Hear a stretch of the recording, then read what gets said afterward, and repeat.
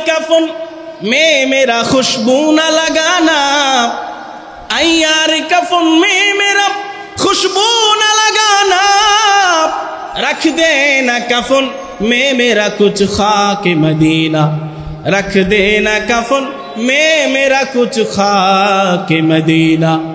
कवि डेके डेके बोले दोस्तो ও মদিনার পানে সফরকারী দোস্ত, মদিনা থেকে আমার জন্য আতর সুরমা আনা দরকার নাই।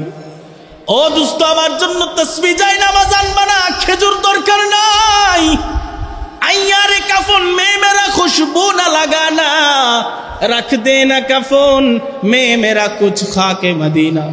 দোস্ত মদিনা থেকে যেদিন আসবা আমার জন্য যেই মদিনার জমিনের নিচে রাসূলুল্লাহ শায়িত আছেন, যেই মদিনার জমিনের নিচে রাসূলুল্লাহ ঘুমাচ্ছেন, যেই মদিনার উপর দিয়ে নবীর হাঁটাহাঁটি হতো, যেই মদিনার জমিনের উপরে হযরতে আবু বকরের পদচারণ ছিল, যেই মদিনার জমিনের উপরে হযরতে ওমরের বসতি ছিল, ওই মদিনার জমিন থেকে আমার জন্য সামান্য মাটি নিয়ে আসবা, আর ওই মাটিটা দিয়া আমার কাফনের কাপড়ের পরতে পরতে ঢুকায়া দিবা। সুবহানাল্লাহ।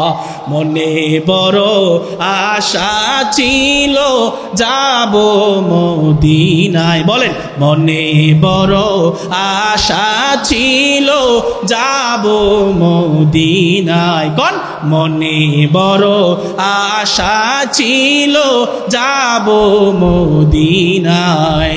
সালাম আমি করব গিয়ে, সালাম আমি করব গিয়ে নবীজি রওজায়,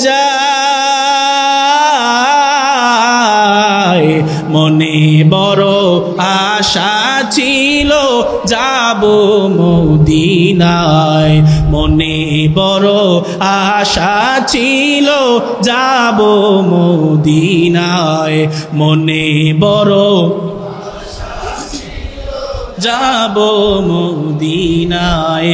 আরব সাগর পাড়ি দেব নাইকো আমার তরি, পাখি নাই রে উড়ে যাব ডানাতে ভর করি, কোন আরব সাগর পাড়ি দেব নাইকো আমার তরি, পাখি নাই রে উড়ে যাব ডানাতে ভর করি। আশায় আছে সম্বল নাই, আশায় আছে সম্বল নাই, করি কি উপায়। মনে বড় আশা ছিল যাব মদিনায়, মনে বড় আশা ছিল যাব মদিনায়। কাফেলাতে কে যাও তুমি, কে যাওবে তোরি ও ভাই, সঙ্গে আমায় নাও না একটু খানি কৃপা করি। সঙ্গে যদি না লও মুহুরে গিয়ে মদিনায়,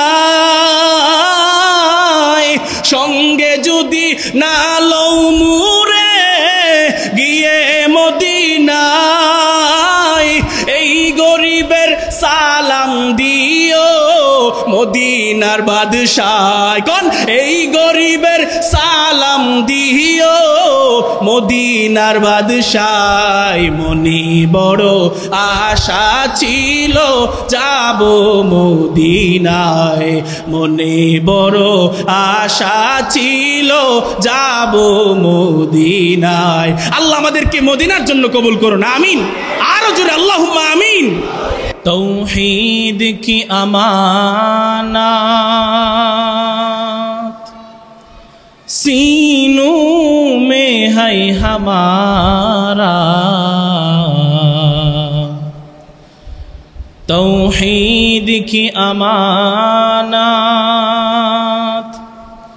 सीनों में है हमारा,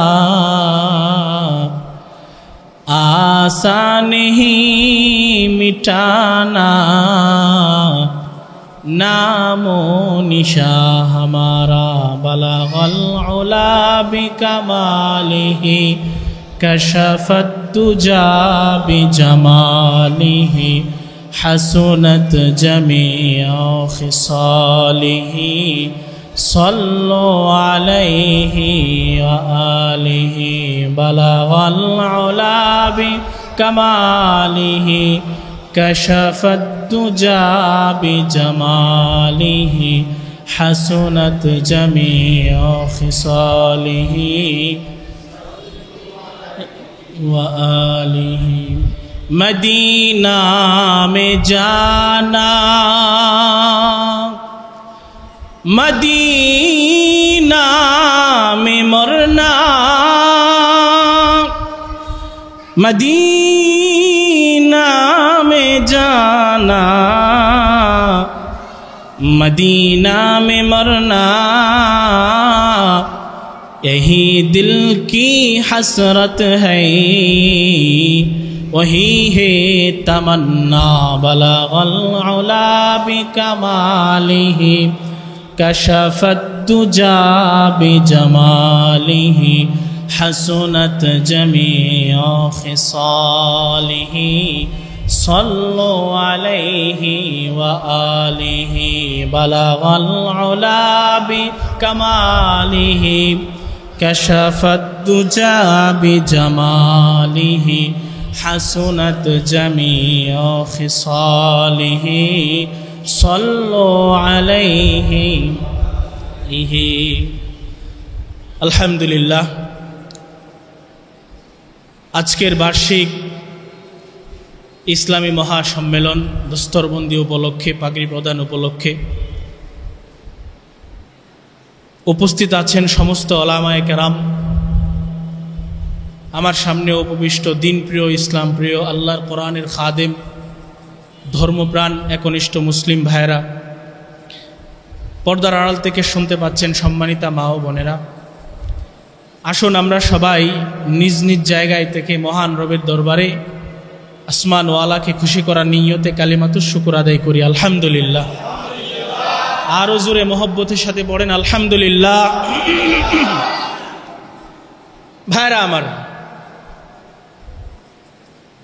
আমাকে 1 ঘন্টা সময় দেওয়া হয়েছে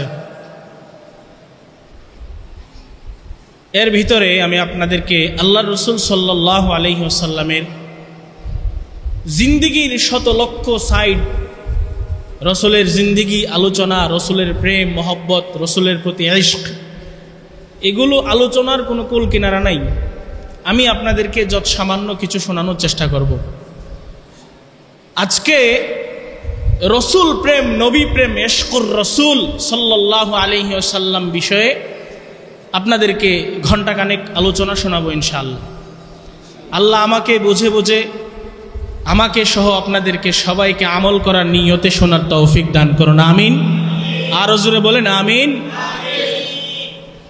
আমি আপনাদের সামনে আয়াতে কারিমা তেলাওয়াত করেছি যে আয়াতের ভিতরে আল্লাহ তাআলা সূরা আহজাবের 33 নম্বর আয়াতের অংশ বিশেষ একটা টুকরা অংশ যেখানে আল্লাহ তাআলা তার রাসূলের ব্যাপারে বলেছেন যে নবী আপনি আপনার উম্মতের জন্য বুঝবেন মনোযোগ দিয়ে শুনবেন নবী আপনি আপনার উম্মতের জন্য আপনি আপনার উম্মতদের কাছে আপনি আমার গোলামদের কাছে তাদের অন্তরের থেকেও তাদের প্রাণের থেকেও তাদের সম্পত্তির থেকেও তাদের সার্বিক জিন্দেগীর থেকেও আপনি তাদের কাছে বেশি প্রিয় সুবহানাল্লাহ বলেছেন কে জোরে বলেন কে বলেছেন আল্লাহ বলেছেন মাইক ম্যান আসেন তো হ্যাঁ সাউন্ড মানে একটু বেশি বেশি লাগে যাই হোক আল্লাহ তাআলা সূরা আহজাবের আয়াতের অংশ বিশেষে বলেন আল্লাহু তাবারাকা ওয়া তাআলা আল্লাহ বলেন আন-নাবিয়্যু আওলা বিল মুমিনিনা মিন আনফুসিহিম আল্লাহ বলে নবী গো আপনি আপনার উম্মতের কাছে আপনি সমস্ত মুমিন মুমিনাতদের কাছে নরনারীদের কাছে যারা ঈমানওয়ালা তাদের প্রাণের থেকেও আপনি তাদের কাছে অধিকতম প্রিয়তম সুবহানাল্লাহ আল্লাহর রাসূল অধিক প্রিয় নবী অধিক কাছের নবী অনেক আপন রাসূলুল্লাহ কি পরিমাণ আমাদের কাছের মানুষ, কি পরিমাণ আপনজন, এটা মানে ভাষায় বোঝানো যাবে না। কারণ তরানেওয়ালা রসুল ছাড়া কেউ নেই। আল্লাহ তাকে অধিকার দিবেন, রসুল আপনাকে আমাকে শাফাত করে মুক্তির ব্যবস্থা করবেন। সুবহানাল্লাহ। যেহেতু রাসূলুল্লাহ এত কিছু আমাদের জন্য, আপনার জন্য যার যত বেশি অবদান, তার প্রতি আপনার মহব্বত তত বেশি না কম? বলেন, বেশি না কম? এটাই সময়ের দাবি, এটাই বাস্তবতা। আপনার বিপদের দিনে যদি কেউ কষ্ট স্বীকার করে, আপনার বিপদের সময় যদি কেউ ভূমিকা পালন করে, তার প্রতি একটা ভালোবাসা তৈরি হবে, এটা ন্যাচারাল। খাদিজাতুল কুবরা রাদিয়াল্লাহু তাআলা আনহা এর ব্যাপারে রাসূলুল্লাহ বলতেন, আমার বিবিরা শোনো, তোমরা তো আমার সুখের দিনের সাথী, আর খাদিজা ছিল আমার দুঃখের দিনের সাথী। সুবহানাল্লাহ। রাসূলুল্লাহ যদি আমাদের অন্তরের থেকেও, আমাদের প্রাণের থেকেও আমাদের কাছে প্রিয় হয়ে থাকেন, তাহলে বলেন রসুলের প্রতি সবচাইতে ভালোবাসা এই মানুষদের মধ্যে যারা দেখিয়েছেন তারা সাহাবায়ে কেরাম। তারা কারা? জোরে বলেন না, তারা কারা? সাহাবায়ে কেরাম রিদওয়ানুল্লাহি তাআলা আজমাইন। সাহাবীদের মতো ভালোবাসা, সাহাবী প্রেম, মানে সাহাবীরা রসুলের জন্য এত নজরানা পেশ করেছেন, এত ভালোবাসা দেখিয়েছেন, অন্য কেউ দেখাতে পারেন নাই। আপনাদেরকে একটা হাদিস শোনাই, সহিহ বুখারী শরীফের হাদিস, 2732 নম্বর হাদিস। সুলহুল হুদাইবিয়া, নবীজির ষষ্ঠ হিজরিতে, হিজরতের ষষ্ঠ বছরে, 6তম বছরে নবীজি সাল্লাল্লাহু আলাইহি ওয়াসাল্লাম কাফেরদের সাথে একটা শান্তি চুক্তি হয়, যেটা আপনার খ্রিস্টপূর্ব যদি আপনি গণনা করেন খ্রিস্টীয় সাল, যেটা 628 সালে, মানে এখন 2025, প্রায় 1397 বছর আগে রাসূলুল্লাহ কাফেরদের সাথে একটা শান্তি চুক্তি করেছিলেন, যেটাকে হাদিসের ভাষায় বলা হয় সুলহুল হুদাইবিয়া বা হুদাইবিয়ার শান্তি চুক্তি। সুবহানাল্লাহ।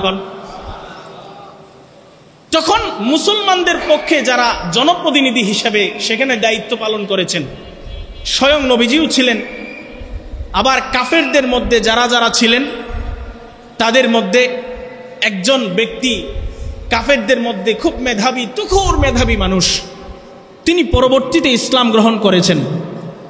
ওনার নাম হযরতে উরওয়া বিন মাসউদ আস-সাকাফি রাদিয়াল্লাহু তাআলা আনহু। নামটা কি? উরওয়া বিন মাসউদ আস-সাকাফি। উনি তখনও কাফের। তো মক্কার কাফেরেরা, বড় বড় লিডাররা তাকে দায়িত্ব দিয়ে রসুলের সাথে বিষয়টা ডিল করার জন্য পাঠিয়েছেন। সেখানে যাওয়ার পরে তিনি মুহাম্মদ সাল্লাল্লাহু আলাইহি সাল্লামকে ইতিপূর্বে এত কাছে থেকে দেখেন নাই, শুধু শুনতেন যে মুহাম্মদকে তার সাহাবী যারা আছে, তার সহচর যারা আছে, তারা খুব শ্রদ্ধা করে, খুব ভালোবাসে, ওই ব্যক্তির প্রতি খুব এশক তাদের ভিতরে। তো কাছে থেকে এতটা দেখার সুযোগ হয় নাই, যেহেতু একটা বিশাল বড় শান্তি চুক্তি একদিনই কমপ্লিট হয় নাই, কয়েকদিন তারা একত্রে বসেছেন। তো সেই উরওয়া ইবনে মাসউদ আস-সাকাফি রাদিয়াল্লাহু তাআলা আনহু, তিনি যখন এই সন্ধি চুক্তির কাজ শেষ করেছেন, 10 বছরের সন্ধি চুক্তি, যেটা 2 বছর টিকে ছিল, এরপরে মুনাফিকির কারণে নষ্ট হয়ে গেছে। সেই সন্ধি চুক্তিতে রসুলকে কাছে থেকে দেখার পরে উনি দেখলেন যে রসুলকে তার সাহাবীরা খুব শ্রদ্ধা করে, খুব ভালোবাসে। তখন তিনি কাফেরদের কাছে আসার পরে বলল যে, ভাই, আমি তো পৃথিবীর বড় বড় রাজা বাদশাদের কাছে গিয়েছি, সবাই প্রজারা মনিবদেরকে, রাজাদেরকে শ্রদ্ধা করে, তবে মুহাম্মদ সাল্লাল্লাহু আলাইহি সাল্লামকে যেই পরিমাণ শ্রদ্ধা আর ভক্তি তার সাহাবীরা করে, এরকম ইতিপূর্বে নজির আমি আর দেখি নাই। সুবহানাল্লাহ। বুখারী শরীফের 2732 নম্বর হাদিস, হযরতে উরওয়া ইবনে মাসউদ আস-সাকাফি রাদিয়াল্লাহু তাআলা আনহু বলেন, ওয়াল্লাহি কাদ ওয়াফাতু আলাল মুলুকি ওয়াফাতু আলা কাইসার ওয়া কিসরা ওয়ান নাজাশি। তার সম্প্রদায়ের কাফের লিডারদের কাছে এসে বলেন, আল্লাহর কসম গো, শোনো, পৃথিবীর বড় বড় রাজা বাদশাদের সামনে আমি গিয়েছি, তাদের সাথে সাক্ষাৎ করেছি। পৃথিবীর বড় বড় পরাশক্তি কিসরা সম্রাট, কাইসার সম্রাট, তখনকার পরাশক্তি বাদশাহ নাজ্জাশী, তার কাছেও আমি গিয়েছি। আমি সমস্ত বাদশাহদের কাছে যাওয়ার পরে যেটা আবিষ্কার করলাম, যেটা বুঝতে পারলাম, ওয়াল্লাহি ইন রাআইতু মালিকান কাত্তু ইউআযিমুহু আসহাবুহু মা ইউআযিমু আসহাবু মুহাম্মাদিন মুহাম্মাদা।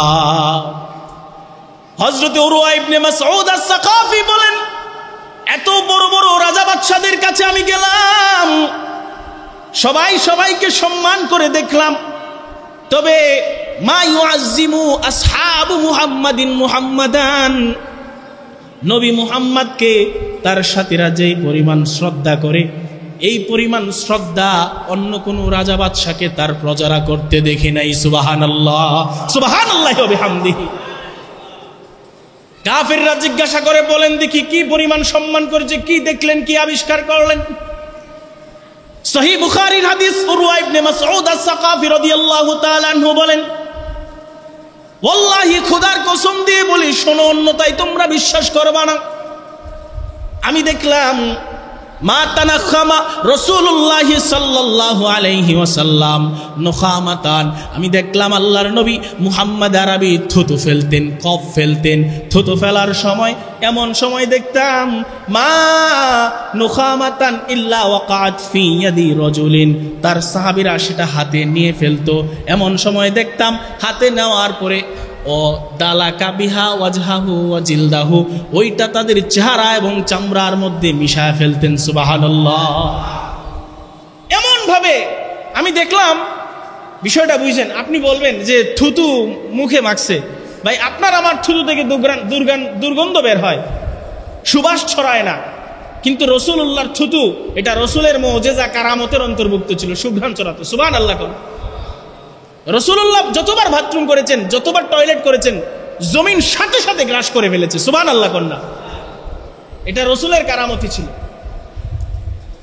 হযরতে উরওয়া ইবনে সাকিফ রাদিয়াল্লাহু তাআলা আনহু, হযরতে উরওয়া ইবনে মাসউদ আস-সাকাফি রাদিয়াল্লাহু তাআলা আনহু বলেন, ওয়াল্লাহি মা তানাখামা রাসূলুল্লাহি নুখামাতান ইল্লা ফি ওয়াকাত ফি ইয়াদি রাজুলিন মিনহুম, যতবার থুতু ফেলতো দেখতাম সাহাবীরা সেটা হাতে নিয়ে নিত, এমনকি ফাদালাকা বিহা ওয়াজহাহু ওয়া জিলদাহু, সেই থুতুটা তারা চামড়ার মধ্যে, চেহারার মধ্যে মেখে ফেলতো। এমনকি আমি আরো দেখলাম, ইদা আমারাহু ইবতাদারু আমরাহু, মুহাম্মদ আরবি যখন তাদেরকে কোনো অর্ডার করতেন, সেটা বাস্তবায়নের জন্য তারা উঠে পড়ে লেগে যেত, কে সেটা পালন করবে প্রতিযোগিতায় নেমে যেত। এমনকি আমি আরো দেখলাম, ইদা তাওয়াদ্দা, যখন নবী ওযু করতেন, কাদু ইয়াক্তাতিলুনা আলা ওযুইহি, নবী মুহাম্মদ যখন ওযু করতেন, আমি তখন দেখতাম ওযুর পানিটা যেন জমিনে পড়ে না যায়, ওই ওযুর পানিটা সংরক্ষণ এবং হেফাজত করার জন্য তারা প্রায় যুদ্ধ লেগে যেত। সুবহানাল্লাহ। কাদু ইয়াক্তাতিলুনা আলা ওযুইহি, প্রতিযোগিতা করত।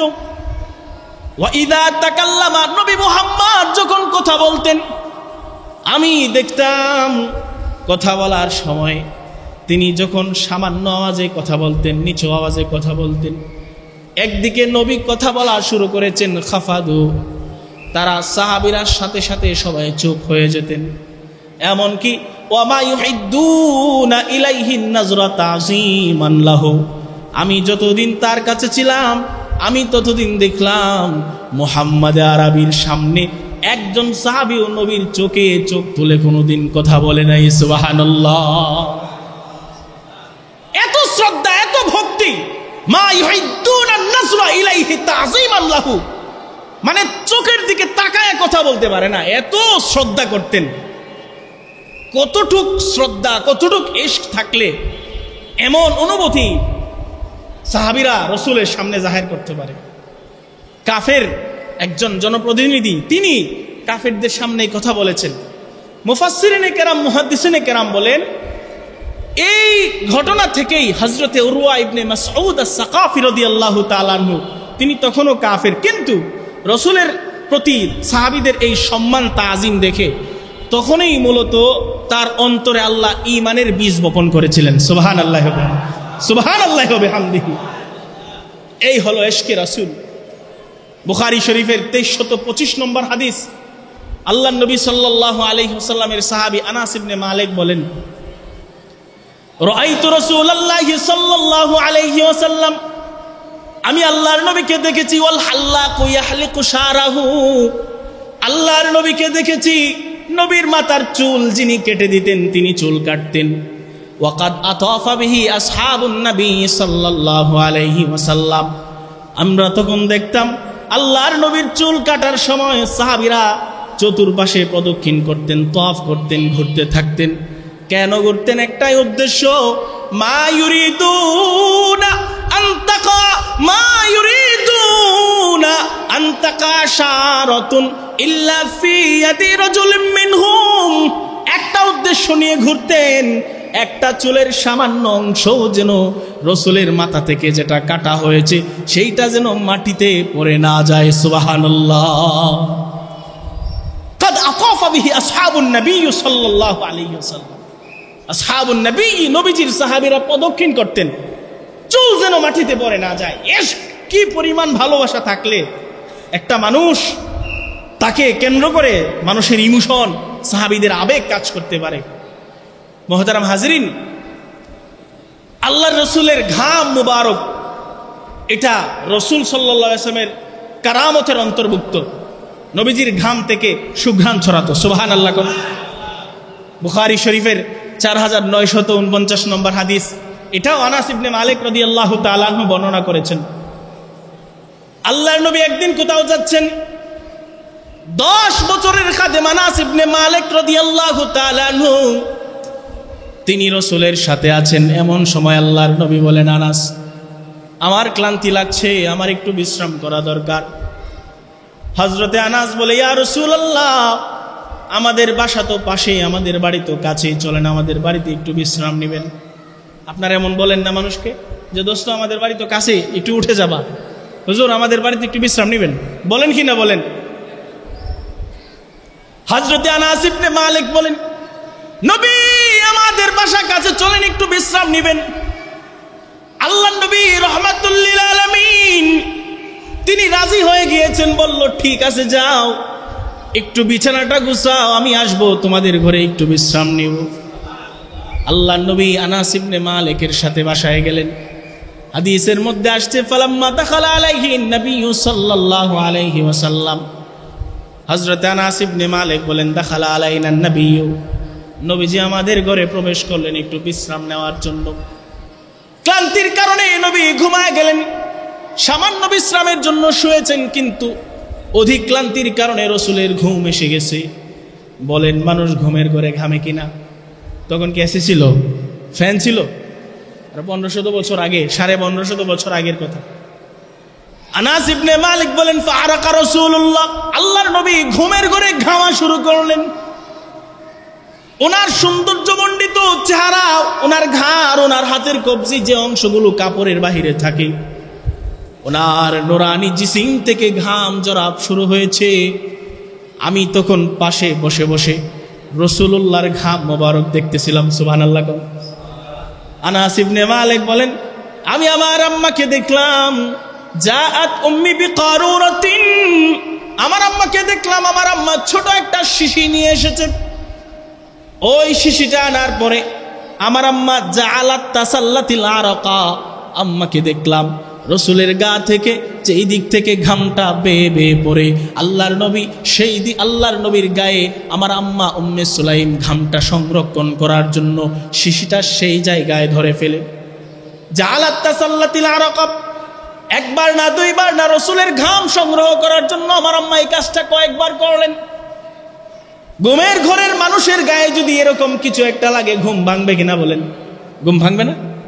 আল্লাহর নবীর ঘুম ভেঙে গেছে।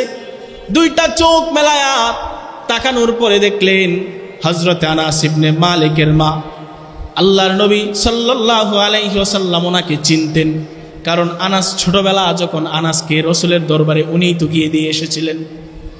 আল্লাহর নবী তার নাম জানতেন, বললেন ইয়া উম্মে সুলাইম, ও আনাসের মা, মা হাদাল্লাযী তাসনাইন, ও আনাসের মা, এটা কি তুমি কি করতেছো, কি করো, এই শিশির মধ্যে কি ভরো?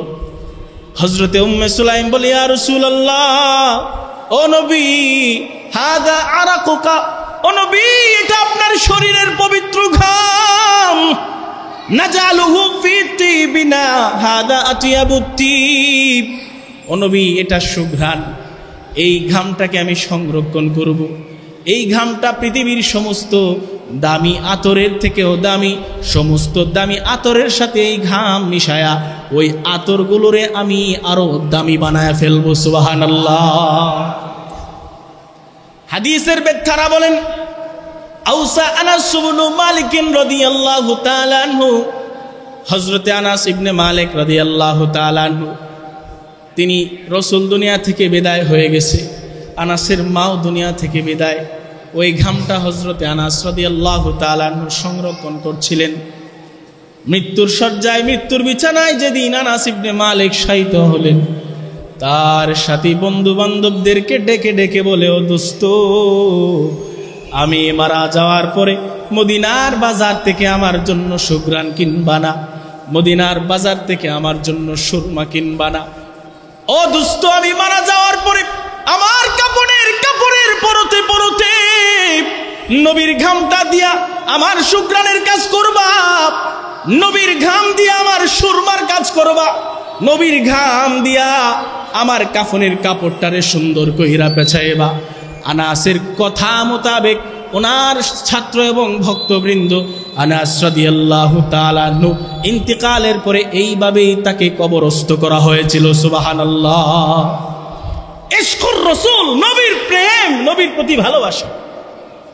আইয়ারে কাফন মে মেরা খুশবু না লাগানা, আইয়ারে কাফন মে মেরা খুশবু না লাগানা, रख देना कफन में मेरा कुछ खाके मदीना, रख देना कफन में मेरा कुछ खाके मदीना। কবি ডেকে ডেকে বলে, দোস্ত, ও মদিনার পানে সফরকারী দোস্ত, মদিনা থেকে আমার জন্য আতর সুরমা আনা দরকার নাই। ও দোস্ত, আমার জন্য তাসবিহ জায়নামাজ আনবা না, খেজুর দরকার নাই। আইয়ারে কাফন মে মেরা খুশবু না লাগানা, রাখ দেনা কাফন মে মেরা কুছ খাকে মদিনা। দোস্ত, মদিনা থেকে যেদিন আসবা, আমার জন্য যেই মদিনার জমিনের নিচে রাসূলুল্লাহ শায়িত আছেন, যেই মদিনার জমিনের নিচে রাসূলুল্লাহ ঘুমাচ্ছেন, যেই মদিনার উপর দিয়ে নবীর হাঁটাহাঁটি হতো, যেই মদিনার জমিনের উপরে হযরতে আবু বকরের পদচারণ ছিল, যেই মদিনার জমিনের উপরে হযরতে ওমরের বসতি ছিল, ওই মদিনার জমিন থেকে আমার জন্য সামান্য মাটি নিয়ে আসবা, আর ওই মাটিটা দিয়া আমার কাফনের কাপড়ের পরতে পরতে ঢুকায়া দেবা। সুবহানাল্লাহ। মনে বড় আশা ছিল যাব মদিনায়, বলেন, মনে বড় আশা ছিল যাব মদিনায়, কোন মনে বড় আশা ছিল যাব মদিনায়। সালাম আমি করব গিয়ে, সালাম আমি করব গিয়ে নবীজি রওজায়, মনে বড় আশা ছিল যাব মদিনায়, মনে বড় আশা ছিল যাব মদিনায়, মনে বড় যাব মদিনায়। আরব সাগর পাড়ি দেব, নাইকো আমার তরি, পাখি নাই রে উড়ে যাব ডানাতে ভর করি, কোন আরব সাগর পাড়ি দেব, নাইকো আমার তরি, পাখি নই রে উড়ে যাব ডানাতে ভর করি। আশায় আছে সম্বল নাই, আশায় আছে সম্বল নাই, করি কি উপায়। মনে বড় আশা ছিল যাব মদিনায়, মনে বড় আশা ছিল যাব মদিনায়। কাফেলাতে কে যাও তুমি, কে যাও বে তোরি ও ভাই, সঙ্গে আমায় নাও না একটু খানি কৃপা করি। সঙ্গে যদি না লও মুহুরে গিয়ে মদিনায়,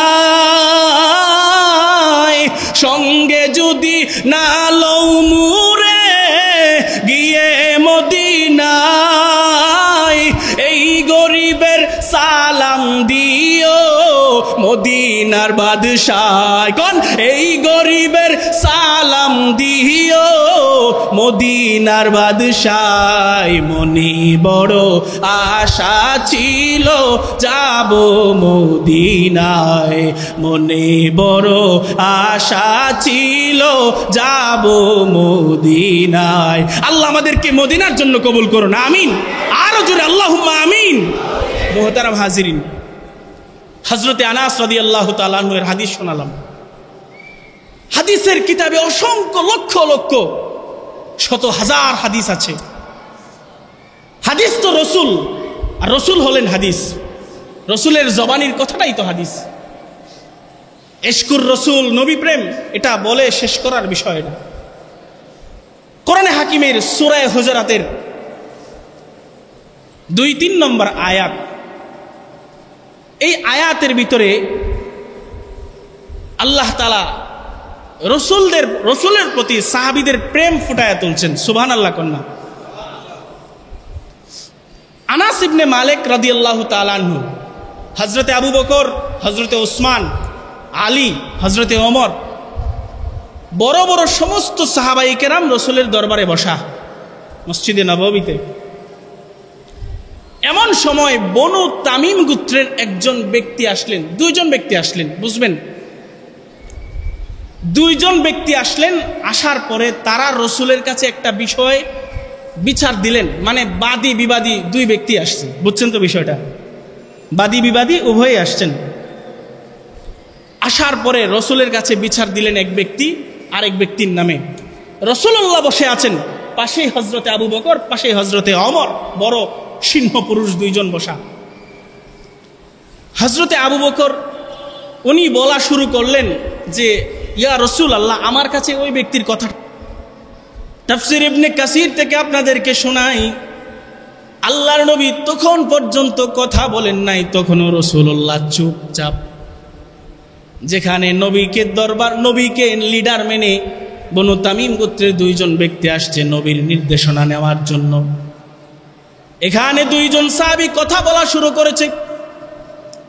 তাফসীরের কিতাবের মধ্যে আসছে, قال أبو بكر الصديق رضي الله تعالى عنه لعمر ওমর মা আরাদতা খিলাফাকা, তুমি তো দেখি ওমর সব সময় আমার বিরুদ্ধচারণ করো। হযরতে ওমর বলেন, না ভাই আবু বকর, আপনার বিরুদ্ধে বলা আমার উদ্দেশ্য নয়, বরং ওই ব্যক্তির কথাটা আমার কাছে সঠিক মনে হয়েছে, এই জন্য আমি তার পক্ষ নিয়েছি। 2 জনের মধ্যে কনভারসেশন হচ্ছে, কথোপকথন হচ্ছে। এমন একটা পর্যায় তৈরি হয়েছে, আল্লামা ইবনে কাসির রাহমাতুল্লাহি আলাইহি লিখেন, ফারতাফাত আসওয়াতুহুমা ইনদা সাউতিন নবী সাল্লাল্লাহু আলাইহি ওয়াসাল্লাম। আল্লাহর নবীর আওয়াজের সামনে, নবীর সামনে 2 জন সাহাবীর আওয়াজটা বড় হয়ে গেছে। প্রায় তর্ক লেগে যায়, এমন একটা ভাব। 2 জনের আওয়াজ উঁচা হয়ে গেছে, নবী চুপ করে বসে আছেন। আল্লাহর নবী চুপ করে বসে আছেন, কিছু বলেন নাই। দৃশ্যটা নবীর অতটা ভালো লাগে নাই, কিন্তু নবী কিছু বলেন নাই। আসমানওয়ালা দেখেন কিনা বলেন, আল্লাহ বলে, ও জিব্রাইল, যাও যাও যাও, আমার নবীর উপর মাতব্বরি করবে, আমার নবীর উপর লিডিং দিবে এমন আবু বকর ওমর আমার দরকার নাই, নবীর কাছে আয়াত নিয়ে যাও। সুবহানাল্লাহ কোন।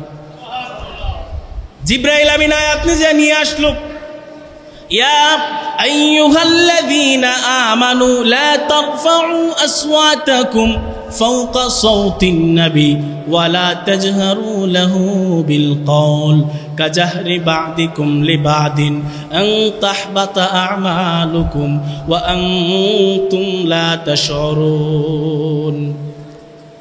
জিবরাইল আমিন আয়াত নিয়ে আসলো। আয়াতের অর্থ, নবী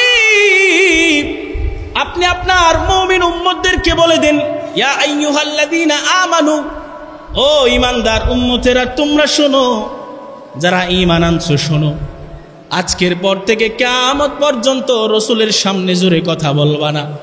যদি রাসূলের সামনে তোমরা নিজেরা যেভাবে জোরে জোরে কথা বলো পরস্পরে, যদি রাসূলের সামনে সেভাবে জোরে কথা বলো, তোমাদের আমল এমন ভাবে আমি আল্লাহ নষ্ট করে দিব, তোমরা নিজেরাও টের পাবা না। নাউজুবিল্লাহ বলেন।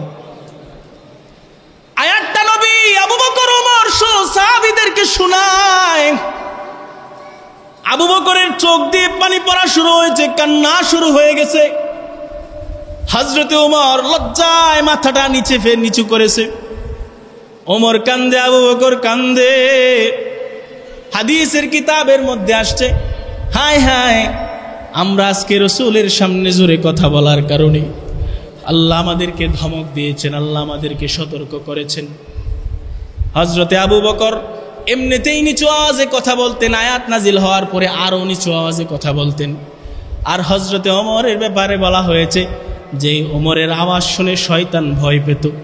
হযরতে ওমর এরপরে কোনো দিন রাসূলের সামনে আর কোনো দিন জোরে কথা বলে নাই। সুবহানাল্লাহ। কোনো দিন রাসূলের সামনে জোরে কথা বলে নাই। রাসূলকে এত আদব দেখাইছেন, কোনো দিন আর জোরে কথা বলেন নাই। রওজায়ে আতহারে মদিনায় কে কে গেছেন হাত তুলেন তো দেখি।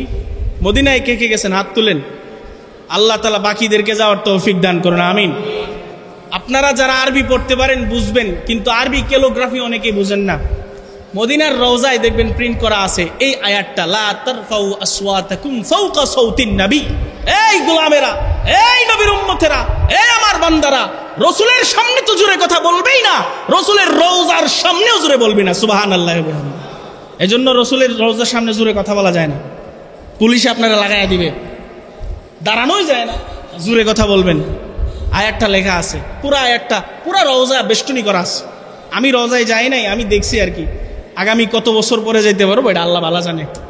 মোহতারাম হাজিরিন, হযরতে আবু বকর ওমর চুপ হয়ে গেছে, অন্যান্য সাহাবীরাও চুপ, আর কথাই কয় না। দৃশ্যটা বুঝতেছেন তো? বড় বড় সাহাবীদেরকে আল্লাহ সতর্ক করছে। একজন সাহাবী, তার নাম সাবেত ইবনে কায়েস রাদিয়াল্লাহু তাআলা আনহু, বড় মাপের বক্তা সাহাবী, যিনি বক্তব্য দেওয়ার কারণে তখন তো আর মাইকিং এর ব্যবস্থা ছিল না বাজান। এমনিতেই ন্যাচারালি তিনি উঁচু আওয়াজে কথা বলতেন সাহাবীদেরকে শোনানোর জন্য। এই আয়াতটা নাজিল হওয়ার পরে আয়াতের মধ্যে আছে আন তাহবাতা আমালুকুম ওয়া আনতুম লা তাশউরুন। নবীর সামনে যদি তোমরা জোরে কথা বলো, তোমাদের আমলগুলো এমনভাবে নষ্ট হবে তোমরা নিজেরাও টের পাবা না। আয়াতটা নাজিল হওয়ার পরে হযরতে সাবিত ইবনে কায়েস রাদিয়াল্লাহু তাআলা আনহু তিনি নবীর দরবারে আসা ছেড়ে দিয়েছেন। আসেই না, কয়েক মাস হয়ে গেছে নবীর কাছে আসে না। আল্লাহর নবী তারে খুঁজেন, আমার পাগলা শেখ, আমার ভক্ত, আমার বক্তা সাহাবী হযরতে সাবিত ইবনে কায়েসরে তো দেখি না রে। সবাই বলে ইয়া রাসূলুল্লাহ, উনি কোথায় গেছে আমরাও জানি না। সুবহানাল্লাহ কোন। আপনি যদি আত্মগোপন করেন খুব সহজে পাওয়া যাবে। কত মানুষ এই আত্মগোপন করছে না? এই করে নাই নাকি আপনাদের এলাকায়? করে নাই? গত এক বছরে করে নাই? চুরিমুরি করতো, এখন আত্মগোপনে আছে না নাই বলেন? কিন্তু সাহাবীর আত্মগোপন এমন আত্মগোপন না, চুরি করে নাই। কেন আত্মগোপন করলেন? ভয় একটা, যদি আমি নেক্সট রাসূলের সামনে যাই, আল্লাহর নবী যদি আমারে আবারও বলে, ও সাবিত ইবনে কায়েস তুমি আমার সামনে সাহাবীদেরকে একটু বুঝাও, বক্তব্য করো। আমি যদি জোরে জোরে কথা বলি আর রসুলের কানে যদি একটা কথা অসহ্য হয়, তাহলে আমার আমল তো নষ্ট হয়ে যাবে। একদিন না 2 দিন না, লম্বা সময় চলে গেছে, নবীর দরবারে আসে না। নবী সাহাবীদেরকে বললেন, যাও তোমরা তারে খুঁজে নিয়ে আসো। সিআইডি লাগাই দিছে, যাও খুঁজা বের করো। কয়েকদিন টানা খোঁজার পরেও কেউ পায় না, কেউ তারে পায় না। হঠাৎ একদিন নির্জন একটা জায়গায়, যেখানে সচরাচর মানুষ যায় না, কোন কোন কিতাবে আসছে পাহাড়ের একটা নির্জন জায়গায়, হযরত সাদ ইবনে মুআজ রাদিয়াল্লাহু তাআলা আনহু তিনি খোঁজার প্রকালে হযরত সাবেত ইবনে কায়েসকে ওখানে বসা পেলেন। গিয়ে দেখেন, ইন্নাহু জালাসা মুনাক্কিসান রাসাহু। মুনাক্কিসান রাসাহু মানে হলো মাথা নোয়া বসে থাকা, মানে ঘাড় ভেঙে বসে থাকা। এই যে আপনি অসহায়ের মতো পেরেশান, আর কাম হইতেছে না দুনিয়া, তখন আমরা এরকম বসে থাকি না। তাফসীর ইবনে কাসির আসছে, সাহাবী বলে, আমি খোঁজার পরে ওনারে দেখলাম একটা নির্জন জায়গায়, মুনাক্কিসান রাসাহু, তিনি ঘাড় ভেঙে বসে আছেন। আমি আমার ভাইকে গিয়ে সালাম দিলাম আর বললাম, ভাই মাশাআনুকা, তোমার কি হইছে? তোমারে তো আল্লাহর নবী খুঁজে, আল্লাহর নবী তোমারে ডাকছে, আল্লাহর নবী তোমারে কাছে টানছে, তোমার কি হইছে? রসুলের দরবারে যাও না কেন? হযরতে সাবেত ইবনে কায়েস রাদিয়াল্লাহু তাআলা আনহু চোখ দিয়ে পানি ঝরায় আর কেঁদে কেঁদে বলে, ভাই ইন্নী আখশা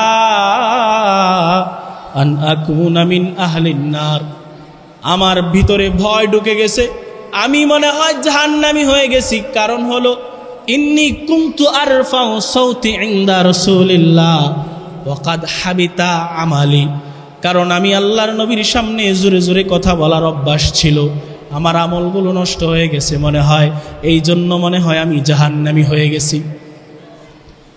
হযরত কায়েস ইবনে সাবেত ইবনে কায়েস রাদিয়াল্লাহু তাআলা আনহু বললেন, আমার মনে হয় আমি জাহান্নামী হয়ে গেছি, যাও আমি এই পাপিষ্ট জাহান্নামী চেহারাটা রসুলকে দেখাবো না। না না, রসুলের সামনে আমি যাব না। আখশা আন আকুনা মিন আহলিন নার, জোরে আওয়াজ যতদিন বন্ধ না করব ততদিন রসুলের দরবারে আর যাব না। হযরতে সাদ ইবনে মুআজ রাদিয়াল্লাহু তাআলা আনহু আল্লাহর নবীর কাছে আসলেন। আসার পরে রসুলকে বললেন, ইয়া রাসূলুল্লাহ, আপনার সাহাবী হযরতে সাবেত ইবনে কায়েসকে অমুক জায়গায় বসা পেলাম, তাকে আপনি ডেকেছেন বললাম, আপনি ডেকে পাঠিয়েছেন বললাম, তবু আসবে না। নবী বলে, মাসসাবাব, কারণ কি, কেন আসবে না? সাহাবী জবাব দেয়, নবী একটা কারণ, সে নিজেকে জাহান্নামী মনে করা শুরু করেছে, এই পাপী চেহারাটা আপনার পবিত্র দরবারে আর আনবেন না। আল্লাহর নবী বলে, ও সাদ, যাও যাও যাও, তারে গিয়ে সংবাদ দিয়ে দাও, ইন্নাকা লাস্তা মিন আহলিন নার ওয়ালাকিন্নাকা মিন আহলিল জান্নাহ। যাও যাও যাও, তারে গিয়ে সংবাদ দিয়ে দাও, গিয়ে বলো, আমি নবী ভবিষ্যৎবাণী করে দিলাম, তুমি যদি মারা যাও তুমি জাহান্নামী হবা না। তোমার এই ভক্তি শ্রদ্ধা ইশকের কারণে আল্লাহ তাআলা তোমার জন্য জান্নাতুল ফিরদাউস ওয়াজিব করে দিয়েছেন। সুবহানাল্লাহ। সাহাবী হযরত আনাস ইবনে মালিক রাদিয়াল্লাহু তাআলা আনহু বলেন, বড় বড় সাহাবীরা দুনিয়া থেকে চলে গেছেন, বড় বড় সাহাবীরা দুনিয়াতে নাই, রাসূলও বিদায় নিয়েছেন। আল্লাহর নবী সাল্লাল্লাহু আলাইহি ওয়াসাল্লাম তখন দুনিয়াতে নাই। সিফিনের যুদ্ধে এই হযরতে সাবিত ইবনে কায়েস রাদিয়াল্লাহু তাআলা আনহু তিনি কাফনের কাপড়ে নিজেকে মোড়ায়া, মানে ইহরামের কাপড় যেভাবে পরে, কাফনের কাপড়ে নিজের শরীর মোড়ায়া সিফিনের যুদ্ধে কাফেরদের গ্রুপের ভিতরে ঢুকে গেছিল। এমনভাবে ঢুকছিল, যুদ্ধ শেষে মুসলমানদের বিজয় হয়েছে, ঠিক ওই সাবিত ইবনে কায়েসের লাশটা পর্যন্ত পাওয়া যায় নাই। সুবহানাল্লাহ। ওনার লাশটা পাওয়া যায় নাই। উনি পছন্দ করতেন না মানুষের সামনে যাওয়া। ইবনে মালিক বলেন, হায়াতে জীবদ্দশায় আবু বকর দুনিয়া থেকে বিদায় নিয়েছে, ওমর নিয়েছে, বড় বড় সাহাবীরা নাই। সমস্ত সাহাবীরা জান্নাতি, এটা ঠিক আছে, কিন্তু কোন কোন সাহাবীকে খুসুস করে নবী বলেছেন তুমি জান্নাতি, তুমি জান্নাতি। তাদের দাম কম না বেশি? সবাই জান্নাতি, কিন্তু তবু যদি বলি এই ভাইটা বেহেশতে যাবে, ওর দাম বেশি না কম? হযরতে আনাস ইবনে মালিক বলে, আমরা মাঝে মাঝে ঠান্ডা নীরব জায়গায় বসে থাকতাম, মসজিদের বারান্দায় বসে থাকতাম, দ্বীনি মজমায় বসে থাকতাম। আমরা দেখতাম হযরতে সাবিত ইবনে কায়েস রাদিয়াল্লাহু তাআলা আনহু আমাদের সামনে দিয়ে হেঁটে যায়। আমরা তখন বলতাম, কুন্না নারাহু ইয়ামশি রাজুলুন বাইনা আযহুরিনা, কুন্না নারাহু ইয়ামশি রাজুলুন বাইনা আযহুরিনা মিন আহলিল জান্নাহ। আমরা তখন বলতাম, এই দেখো আমাদের সামনে দিয়া আল্লাহর রাসূলের জবান থেকে জান্নাতি ঘোষিত বান্দা হেঁটে হেঁটে যায়। সুবহানাল্লাহ। আমরা তখন বলতাম, এই দেখো আল্লাহর রাসূল ওরে জান্নাতে যাবে এই কথা বলছে, ও হাইটা যাইতেছে। রাসূলের প্রতি কি পরিমাণ ইশক, কি পরিমাণ শ্রদ্ধা থাকলে আপনার এই অবস্থায় উপনীত হতে পারে। আপনার আমার অবস্থা তো ভাই নাজেহাল অবস্থা। রাসূলের জন্য আমাদের জবানে ইশক কাজ করে, অন্তরে নাই, অঙ্গ প্রত্যঙ্গের বাস্তবায়ন নেই। আমাদের অন্তর শক্ত হয়ে গেছে, ফজ্জুল কলব, অন্তরের সখতগি, অন্তরের কাঠিন্যতা এমন হয়েছে যে শুধু জবানে রাসূলকে ভালোবাসি, বাস্তবায়ন করি না। বাস্তবায়ন করলে ফজরের নামাজ মিস করতেন? বলেন, ফজরের নামাজ মিস করতেন? সবচেয়ে বড় ইশকে রাসূল হলো ফজরের নামাজ জামাতের সাথে পড়া। আমরা হুজুর হইছি, আমাদেরকে শুধু নামাজ পড়তে হবে এমন তো কিছু না। হ্যাঁ, আপনাদেরকে তো পড়তে হবে। ইশকের রাসূল প্রমাণ করার জন্য নামাজ ধরা চাই। দেখেন আল্লাহ রাসূল সাল্লাল্লাহু আলাইহি সাল্লামের প্রতি সাহাবীদের ইশক। গাজওয়াতুল বদরিল কুবরা, এটা শিরোনাম, গাজওয়াতু বদরিল কুবরা, বদরের মহাযুদ্ধ। নবীজির সাহাবায়ে কেরাম তখন জীর্ণ শীর্ণ অবস্থায়, যুদ্ধের সমরাস্ত্র কম, সৈনিক কম, অর্থনৈতিক অবস্থা খুব বাজে। আবু বকর ওমরকে নিয়ে আল্লাহর রাসূল বড় বড় সাহাবীদেরকে নিয়ে মিটিংয়ে বসেছেন, যুদ্ধকে কিভাবে হ্যান্ডেল করা যায় এ ব্যাপারে পরামর্শ দাও। সমস্ত সাহাবীরা পরামর্শ দিয়েছেন। আল্লাহর নবীর কাছে আবু বকর ওমরের পরামর্শটা অতটা পছন্দ হয় নাই। আনসারী সাহাবী মিকদাদ ইবনুল আসওয়াদ রাদিয়াল্লাহু তাআলা আনহু দাঁড়াইছে, যুবক মানুষ, দাঁড়ায় বলে, ইয়া রাসূলুল্লাহ, ইয়া নবী, আল্লাহ নবী, ইমজি লিমা আরাকাল্লাহু তাআলা, আল্লাহ যদি আপনাকে যুদ্ধের অর্ডার দিয়ে থাকেন আপনি বাস্তবায়ন করুন। নাহনু মাকা, আপনি যেখানে যাবেন আমরা আপনার সাথে জীবন প্রাণ বিলায়া দিয়া সেখানে যাব। সুবহানাল্লাহ। সাহাবী কথা বলে উঠছে। হযরতে আবু বকর ওমর এত চৌকুশ বক্তব্য তখন দেয় নাই।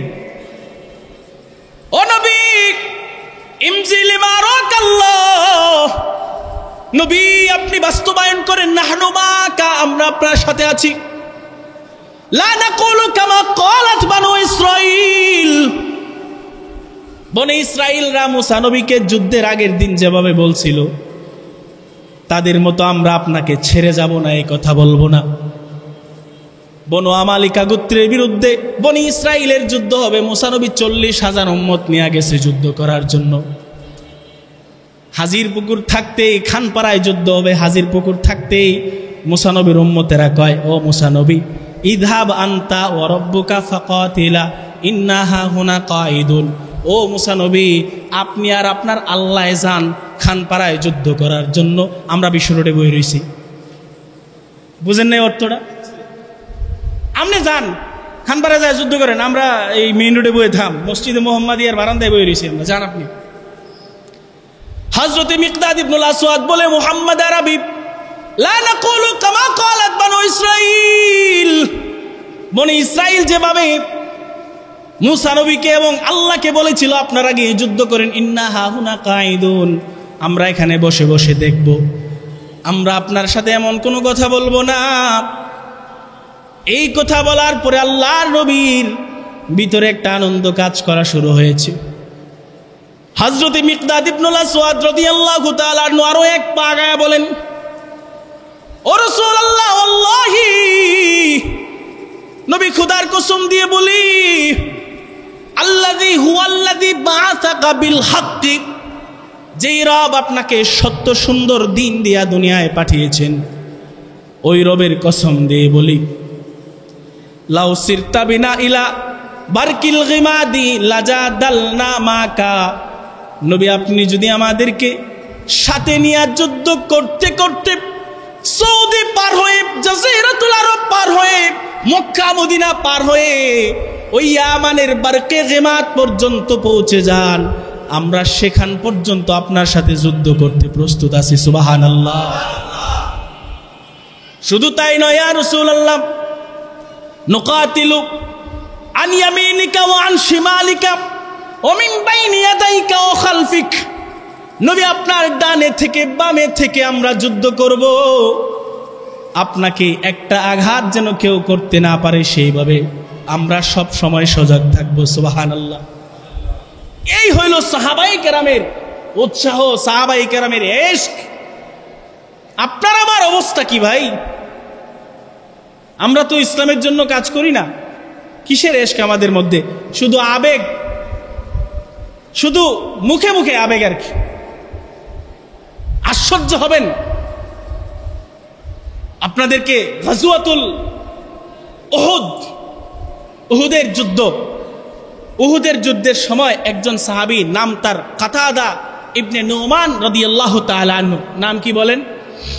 নামটা বরকতের জন্য নেন না, কাতাদা ইবনে নুমান রাদিয়াল্লাহু আনহু।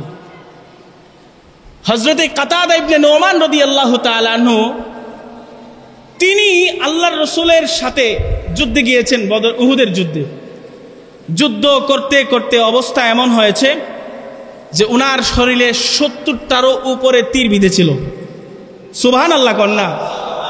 আপনি আমাকে একটা আঘাত করলেই তো আমরা মরে যাবো, উনি 70টা নিয়ে কেমনে দাঁড়ায় আছে আল্লাহ জানে।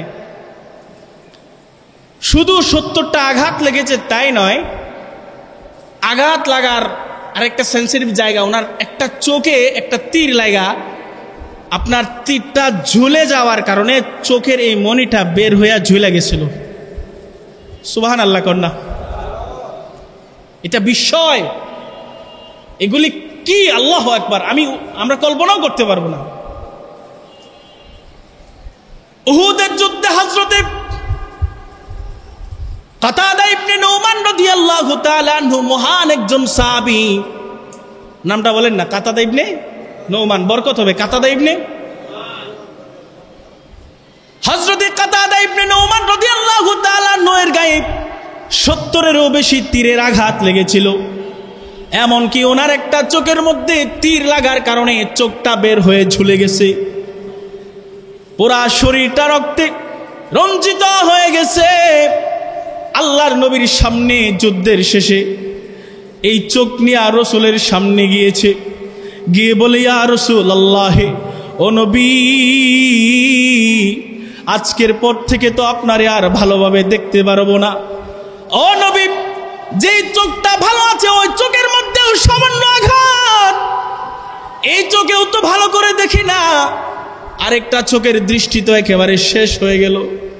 ও নবী, আপনারে না দেখলে জিন্দেগি রাইখা কোনো লাভ নাই, আপনারে না দেখলে মজা পাবো না, আপনারে না দেখলে দুনিয়াতে থাকার কোনো সার্থকতা নাই।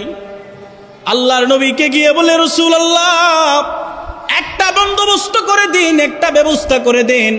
আল্লাহর নবী সাল্লাল্লাহু আলাইহি ওয়াসাল্লাম হযরতে কাতাদা ইবনে নুমান রাদিয়াল্লাহু তাআলা আনহু এর ওই চোখের মণিটা রাসূলুল্লাহ ডান হাত দ্বারা ধরলেন। সুবহানাল্লাহ কোন। আল্লাহর নবী আকাশের দিকে তাকায় দোয়া করলেন, আল্লাহুম্মা ওয়া মালিক, আল্লাহুম্মা কি কাতাদাতা কামা ওয়াকা ওয়াজহা রাসূলিহি বিওয়াজহিহি, ও আল্লাহ আপনি কাতাদার চোখটাকে স্বস্থানে স্থাপন করে দেন। সুবহানাল্লাহ। আল্লাহুম্মা কি কাতাদাতা কামা ওয়াকা ওয়াজহা রাসূলিহি বিওয়াজহি, আল্লাহ আপনি কাতাদার চেহারাটা সুন্দর করে দিন। আল্লাহ গো ওয়াজআলহা আহসানা আইনাইহি, ও আল্লাহ কাতাদার চোখটাকে স্বস্থানে স্থাপন করে আগের থেকে পাওয়ার বাড়ায়া দেন। সুবহানাল্লাহ। এমনকি আল্লাহর নবী বললেন ওয়া আহাদ্দাহা ইলাইহান নাজরা, ও আল্লাহ কাতাদার নজরকে, দৃষ্টিকে আগের থেকে বুলন্দ করে দেন। সুবহানাল্লাহ। উপস্থিত সাহাবায়ে কেরাম বলেন আল্লাহর নবীর প্রতি ইশকের কারণে, ভালোবাসার কারণে নবী মন থেকে এমন দোয়া করেছেন, ওই উপস্থিত দোয়া করার সাথে সাথে হযরতে কাতাদা ইবনে নোমান রাদিয়াল্লাহু তাআলা আনহু এর চোখটা সেখানেই ভালো হয়ে গেছে। সুবহানাল্লাহ। চোখ ভালো হয়ে গেছে, সামান্য ব্যাপার না ভাই। কি পরিমাণ ইশক রাসূলের প্রতি তার ছিল, যে কারণে রাসূল এত গভীর থেকে দোয়াটা করছে। আল্লাহর রাসূলের সামনে সাহাবীর চোখ ভালো হয়ে গেছে। আল্লাহ রাসূল সাল্লাল্লাহু আলাইহি ওয়াসাল্লামের প্রতি সাহাবীদের ভালোবাসা, সাহাবীদের প্রেম, সাহাবীদের আকর্ষণ, এটা আপনি বর্ণনা করে আপনাদেরকে বোঝাতে পারবো না।